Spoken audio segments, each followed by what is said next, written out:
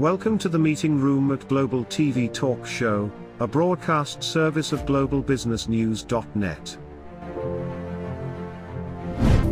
This episode from the meeting room of Global TV Talk Show is brought to you by the BridgeSchool, the accredited international online private school of choice, at bridgek12.org. Porch Light Rental and Destination Services.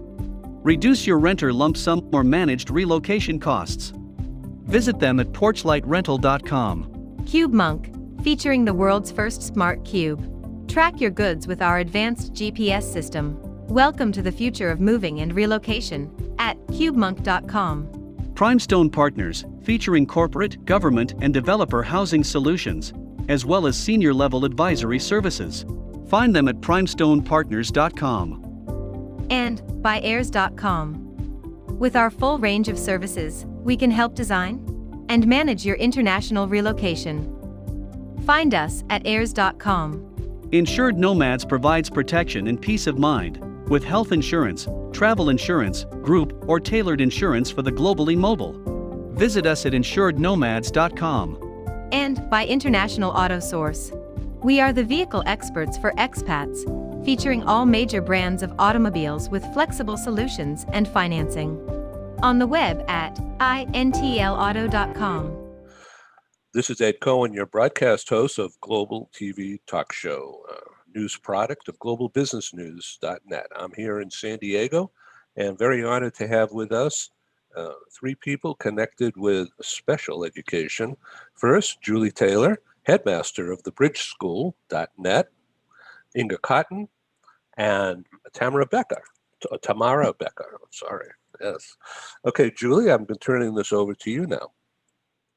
Absolutely. Thanks, Ed. So, I really appreciate these education topics that we've been able to talk about each week with you and really just help mobile families around the globe understand the hot topics in education. And one of those topics that we feel very passionate about is special education services and how students around the globe can really be served if they have special needs. And, here in America, I think that we're in a very unique position because the special education services are a requirement of schools. But in other countries, students who have special needs may not be getting the services that would afford them a wonderful education and allow them to thrive. So we've invited Tamara Becker, who is superintendent of schools, and has a rich background in special education, to join us to talk about how some of these special education services can be delivered virtually. And then we've also invited Inga Cotton to join us. And Inga is a parent, and she has a fantastic network of parents who want to know more about choosing the right school for their child, whether it's a public school, an in-person school, a virtual school. And so she's going to be able to give us some insights on her own perspectives and her parent groups. So before we get into this, I just want to say that a lot of our audience will be, across the next 12 months, corporate human resources executives, Fortune 1000 companies for sure, and others. US-wide, we're about 70% of our entire readership audience is located in the US and Toronto, about 20% in Europe, about 10% in Asia Pacific. And people are vitally interested in this topic of online education, and is it real, is it safe, is it clean, is it productive? More than ever. And the idea of special education, special needs, really critical. And so welcome, both of you. Let's go into it. Julie, take charge. Yeah, absolutely. So Tamara, do you want to just start? I gave a very brief introduction, but do you want to start by introducing yourself and telling a little bit more about what you've done in the special education world? Sure. So my name is Tamara Becker, and I've been in education now for 24 years. I've been a gen ed teacher. I've been a school administrator. a special ed director in a brick and mortar school. I ran a private day school for emotionally handicapped students who were not able to be educated in the public school. And now I serve as superintendent for the largest online school in the state of Arizona, as well as some other partner schools. So special education has been near and dear to my heart for the last 24 years, and something that I have actively and purposefully stayed involved with as I've been in the field of education, because serving the needs of all of our students, whether it be face-to-face or online, is vital and essential to making sure that students have the best educational opportunities. Thank you. And how about you, Ms. Inga? Would you mind sharing a little bit more about what you do? Sure. Yeah, so my name is Inga Cotton, and I founded San Antonio Charter Moms back in 2012 as a blog. And I was in the process of researching schools for my own kids. So I have 2 kids. My son is 13, and he's on the autism spectrum, and my daughter's now 11. But for my son in particular, we had to change schools a few times. It was hard to get reliable information. And so we created a blog and then an online community. So we have a Facebook group, the San Antonio Charter Moms discussion group. And a lot of it's focused on San Antonio, but we're seeing, I checked, we have members based out of South Asia. We have members in Europe. It seems like folks from other places are discovering us. We've provided a lot of at-home learning resources that families can use, and those are really applicable around the world. And we've noticed lately a lot of increased interest in, actually one of our top posts in January was our guide to online schools that are accessible to families in Texas. And some of those include like military families who move out of Texas can stay enrolled in their online schools in Texas. So these issues about use of online schools as well as how to support special needs students are very topical for the families that I've been talking to. So under special needs, is the digital format particularly well suited? It absolutely can be. I think that the best part of special education is that with the team, you develop an individualized education plan. So you look at the needs of the students, you look at the services in the curriculum, and then you tailor it to that particular student. And Inga, I know that you've been through that, with your son. But I think it's all about, is that the best fit for this particular student? And so keeping the concept of individualized at the forefront of the conversation, digital learning and digital curriculum can absolutely meet the needs of students with special needs. So what about getting the parents involved? This is a favorite thing, being a parent advocate. Do you want to dig into that? Should I take this one? Yeah. As I talk to a lot of parents who are like, they want what's best for their kids, but they don't feel like they quite have the equipment yet or the know-how. And so like something we've shared resources in our group. So for example, in San Antonio, there's an organization that serves special needs students, and they also offer special education advocates who can partner with parents. And so we have a blog post that's kind of a glossary of these terms, right? Like the individualized education plan, like Tamara mentioned, and then the ARD meeting, right? Which is, it's whenever you start or change a special education plan for a student. And so like my son, we do an annual ARD meeting, and part of being a parent of a special needs child is becoming your child's advocate and learning how to speak up. If you feel like something is not a good fit anymore, you've noticed a change in your child, you feel like they need more support in a certain area, and kids grow and change, they need to be reevaluated. So, it starts with, having good communication with folks at school. And as my kids have been doing distance learning this year, we've had to be proactive about asking for meetings. But as long as you keep up good communication, online school can work well to serve special needs students as well. So what methods do you use to reach out to parents on a regular basis?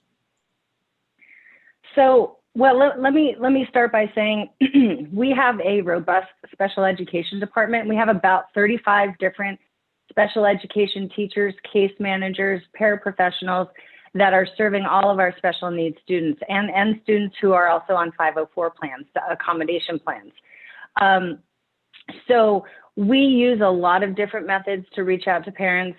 it's phone calls, it's texts, it's emails, but it's ongoing, continuous relationship building between that case manager, the parent, and the student, because it does take more than just one individual to help push this process and make sure that the student's needs are being met. So we're constantly in contact. As Inga said, in the US, it is a federal requirement to annually review and revise the IEP. And then every 3 years, it is a federal requirement to review the evaluation and see if additional data is needed to determine what types of services are needed to help support the student. So I think it's about building that relationship and that connection to best meet the needs of the students. So multiple ways of reaching out. Parents in the situation in the school that I run, we even have parents that will come in for face-to-face meetings. But the testing, that is always done face-to-face with our students. So we send a school psychologist out to try to administer those assessments so we get the best data possible. So Julie, why don't you take this and get into what parents should know? Well, actually, if we can back up just a second here, I wanted to talk through, I know you had mentioned, at the beginning, kind of your audience is really a corporate audience. And I wanted to say to, the folks that are watching that might be within the global market. And we know that family choices can be a hindrance to hiring the right person for the job in another country. And school options is a big plus or negative when you are recruiting for global positions. And so especially when it comes to special education and options that may not be available in the local city where you're trying to place a top candidate, I would love to hear from Inga and Tamara some of the different maybe modifications or accommodations that we can provide for students virtually across the globe.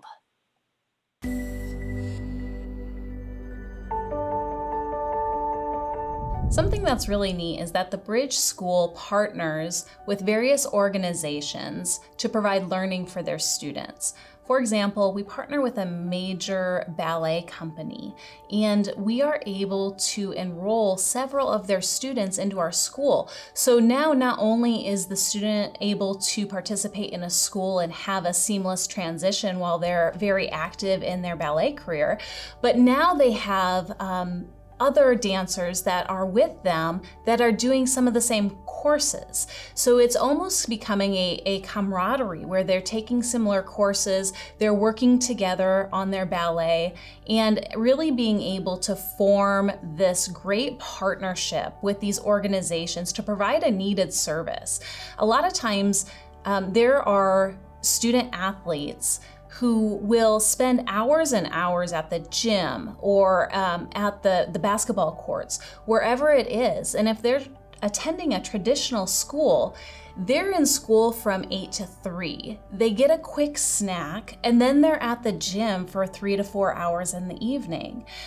Coming to us and having that partnership, they're able to break that up throughout the day. They can have a morning practice, get some schooling in, have an afternoon practice, finish their schooling in the evening.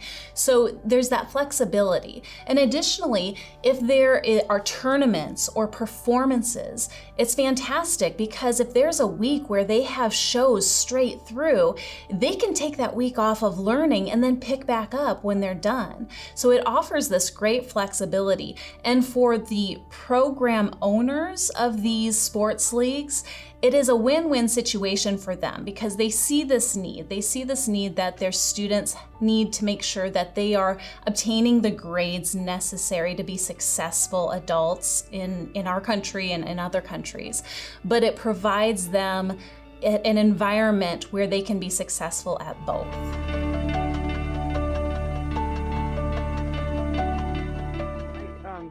One thing I've noticed is, it depends on the student, but as I said, my son is on the autism spectrum, and I noticed that being at home as opposed to being on campus, he's experiencing less stress and distraction from being surrounded by other students. So, but he's needed to learn some study skills as far as like staying connected to the teachers when they're speaking through Zoom. But in some ways he's built independence, and he's kind of functioning the way, like knowledge workers, like adults who are working remote, he's kind of learning those skills as well, sort of the time management and, staying on top of his day. So there's sort of, sort of pros and cons to it. I've talked to, there's services here in San Antonio that do provide like special education evaluations and services to students remotely.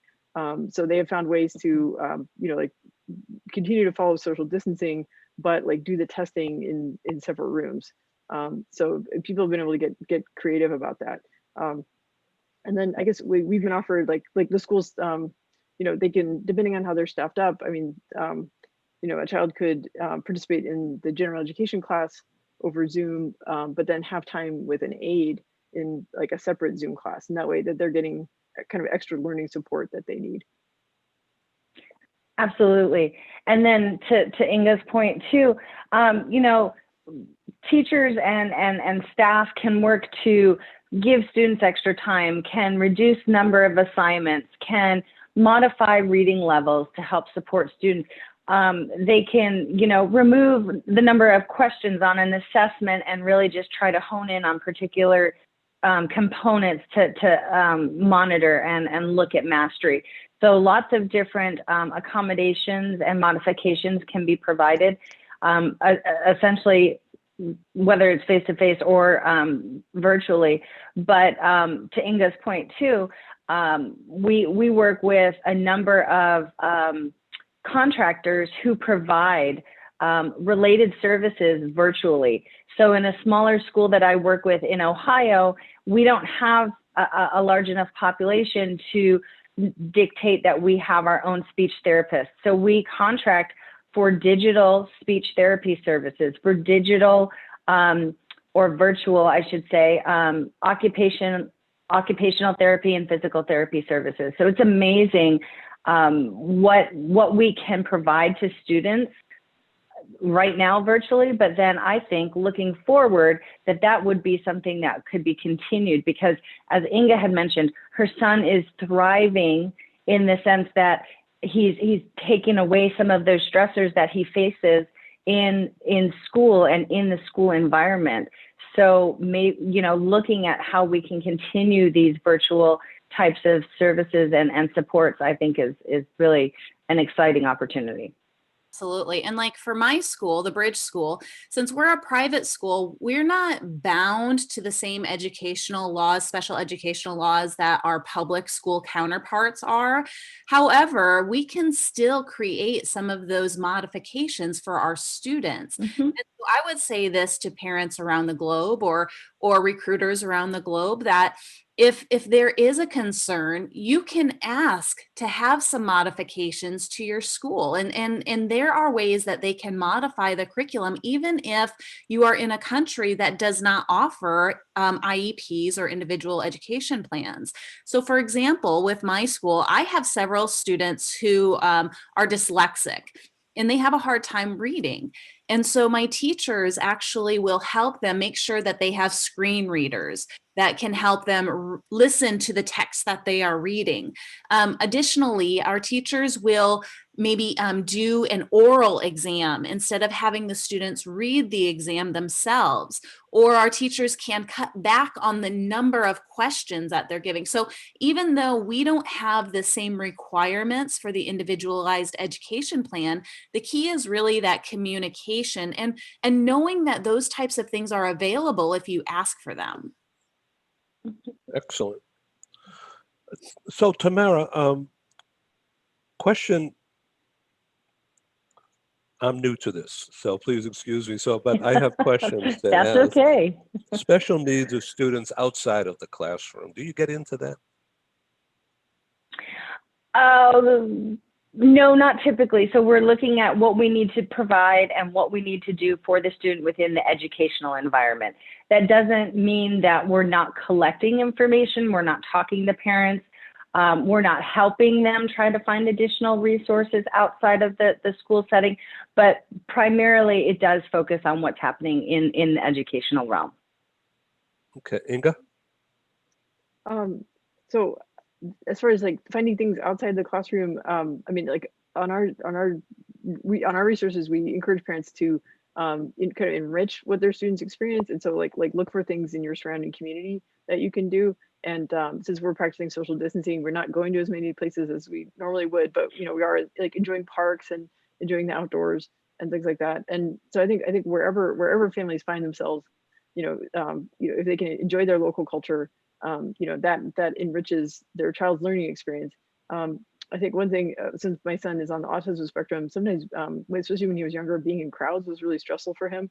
But there's a big multicultural festival in San Antonio every year around Lunar New Year, and I would take him to that, and he'd be like a little nervous, but it was a way to get used to being in crowds and how to navigate things. And now that he's older, he can be more independent in settings like that. Although they've postponed the festival, but I'm looking forward to it coming back after the pandemic when it's safe to gather again.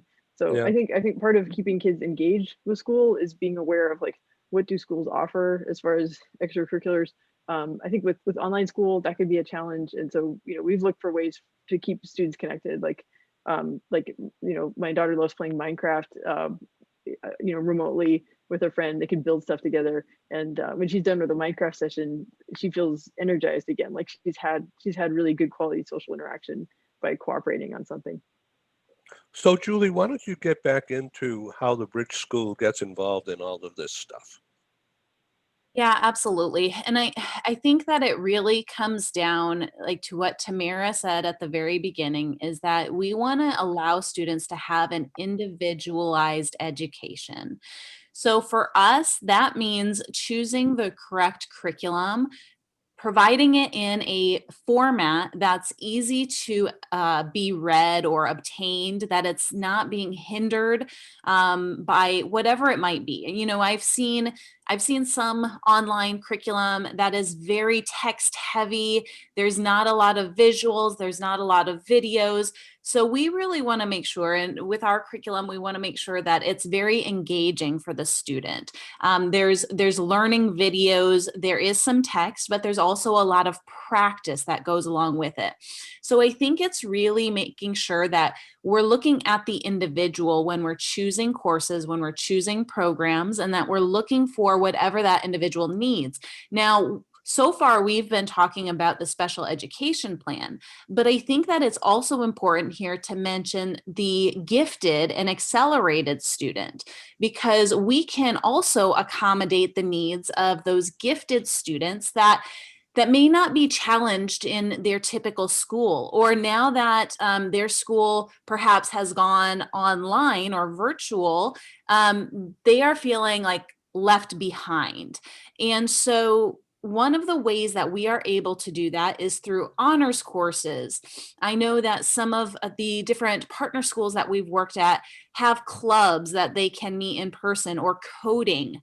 And so really looking at the full child and looking at what services is going to challenge them at their level. So, how is this done to not embarrass the kids who are not ready for honors? Mm-hmm. Yep, absolutely. Go ahead, Tamara. Well, I was going to say, because it's individualized, because it's personalized, it's not like they're wearing a badge that says I'm gifted or I'm special needs. It's really very subtle how it's done. As Inga said, it might be the teachers teaching the whole class and doing a lesson, but then the student goes off and gets extra help or extra support or specialized instruction based on goals that the team has set. But they do that privately. And that's the same whether it's in a brick and mortar school or on an online school. It's not done blatantly. It's not out there. It's just kind of something the kids do. When I was in brick and mortar, I would have kids going to a gifted class. I would have kids going to speech therapy. I would have kids going to a resource room. And it was just something that was naturally built into the routine. In an online setting, it is really probably even less obvious, because those sessions are set up individually between the parent and the student, with the special ed teacher or with a related service provider. So or with a gifted teacher too. So it really is very, very just systematic, so to speak. Julie, can I ask about parent-teacher relations by Zoom? I mean, how do you have afternoon tea? You know what? I think that it's so important in a digital world to build those relationships. I think even more so than maybe in a brick and mortar setting. And I will tell you that I've had, and I might have told you this before, Ed, that I have parents who have told me, my son feels like he knows his teachers in this virtual school better than he knew them in a bricks and mortar school. And it's a very intentional act. And I'll tell you that the teachers and administrators in any virtual school must be very intentional about how they're reaching out, how often they're reaching out, and having the different means of communication that will work. So for one family, it might be that this family and this parent really is good about communicating back and forth through email. Another family, it's trial and error, and each family is different. So we need to try all of the different communication paths. We might have another family that really thrives off of having a weekly meeting. And we get together with the teachers and the student and the parent in Zoom all at the same time. And we might have another parent who really thrives on just getting a text message update. So for us, it's important to try all of the different mediums that are out there in order to communicate and build those relationships. Yeah, thank you very much. This has really been a deep dive, really interesting. So Julie, where do we go from here? Yeah, you know what? I would love to kind of shift. We talked to Inga a little bit about the parent perspective, but I would love to hear from Inga about, how does a parent with a special needs student advocate for their student upon finding the right school? And what kind of questions should they be asking when they're doing that kind of research? Yeah, no, thank you. That's a really good question. What we've noticed in our group, like as people join, and sometimes they're relocating from all over the world, but they'll say, okay, this is the age range my kid is at. I think we're gonna be stationed at this base. What are the schools nearby? And then they want to hear from other parents, like what experiences have you had working, with the special education coordinator at a particular campus. So there's kind of that research aspect, and that looking at the curriculum at the school, right? Like if it's a very reading heavy school, how does that work for children with dyslexia? But then sometimes it's actually a good fit, because like if they're very explicit about phonics reading instruction, that can actually be very supportive, if they have well-trained staff. So there's a lot of detail. It helps to talk to other parents who've had experiences with those schools. And it is kind of community by community. And then the other aspect is kind of knowing like how to advocate for your kids once you connect with a school. And part of it is learning the terminology, finding the right people on campus, like the special education coordinator, set up meetings so that you can have like the initial ARD, find out, does the student need to be evaluated? So there's those steps to go through. And then there's like, talking to the teachers and like kind of letting the child get settled in. And then what can you learn from that? Like once the teachers get to know the child a little bit, like how do we, how is the IEP being implemented in the classroom? And is it working like how we thought it was? Or do we need to have, call another ARD and have changes to it? And just keeping that communication going. And like Julie said, it works differently for different families. So it really helps that the school can be flexible. And I think what parents most want to know from the school is like, do you know my child? And do you have high expectations for them, right? So that like no parent wants to have the feeling like just because their child has a diagnosis or has the special education label, that the school doesn't expect as much from them as another school. So that's something that I think every parent is looking for. Like they want their child to have as many choices as they can in life, and they want school to prepare them as best as possible. Whether it's going to college or getting a job or finding the career that they get excited about. I think that's what all parents are hoping for. Inga, I love what you just said. I absolutely love what you just said. And I would say one other thing to parents is come prepared. as you're walking into the school, whether it be virtually or face to face, come prepared. Bring that student's IEP, even if it's to a private school or an international school. Bring that IEP, bring that documentation so that you can, right from the start to create that relationship with the school, and then advocate, as Inga said, for what your child needs within the educational environment. No, excellent advice. Julie? Yes, I couldn't agree more. I think that communication is key. I think there are very key things that a family can be looking for when they're looking at which school to partner with. And Inga hit it on the head when she said, look for referrals. And if you don't know somebody from the school, ask the administrator or ask the admissions office, is there a parent I can talk to and hear more about your school from a parent's perspective? A lot of times they will have a handful of parents that are available to talk to potential new enrollments. So ask for that. Ask to see a demo of what the curriculum looks like. There are a lot of things that you can do as a parent, even if there's not a set special education program. And ask, be very frank. Say, this is where my student struggles. How does your school meet these needs? Yeah. So it takes a village. Absolutely. Absolutely. Yeah. Absolutely. Well, and I think what's really exciting, Ed, is that, you've got a group here that serves students in so many different ways. And last week was National School Choice Week. And I just wanted to highlight that, to say that's the power. Parents can make the choice with their feet.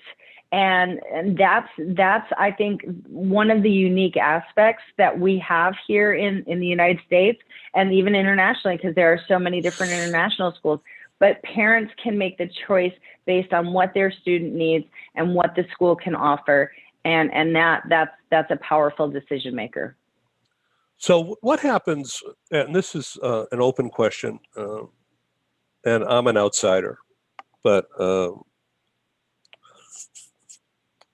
what happens when a student suddenly has some issue or doesn't feel good one day, or starts thinking negative stuff, about themselves or others? And you could, as a teacher, you could see that immediately. But how do you deal with that, and how do you communicate back to the parent? So actually, this week is actually National School Counseling Week. And so sometimes school counselors can be that bridge. And actually, we published a post last week with some counselors who've worked with us as guest bloggers about kind of like what to look for, like on the parent side, but that also what teachers can be looking for.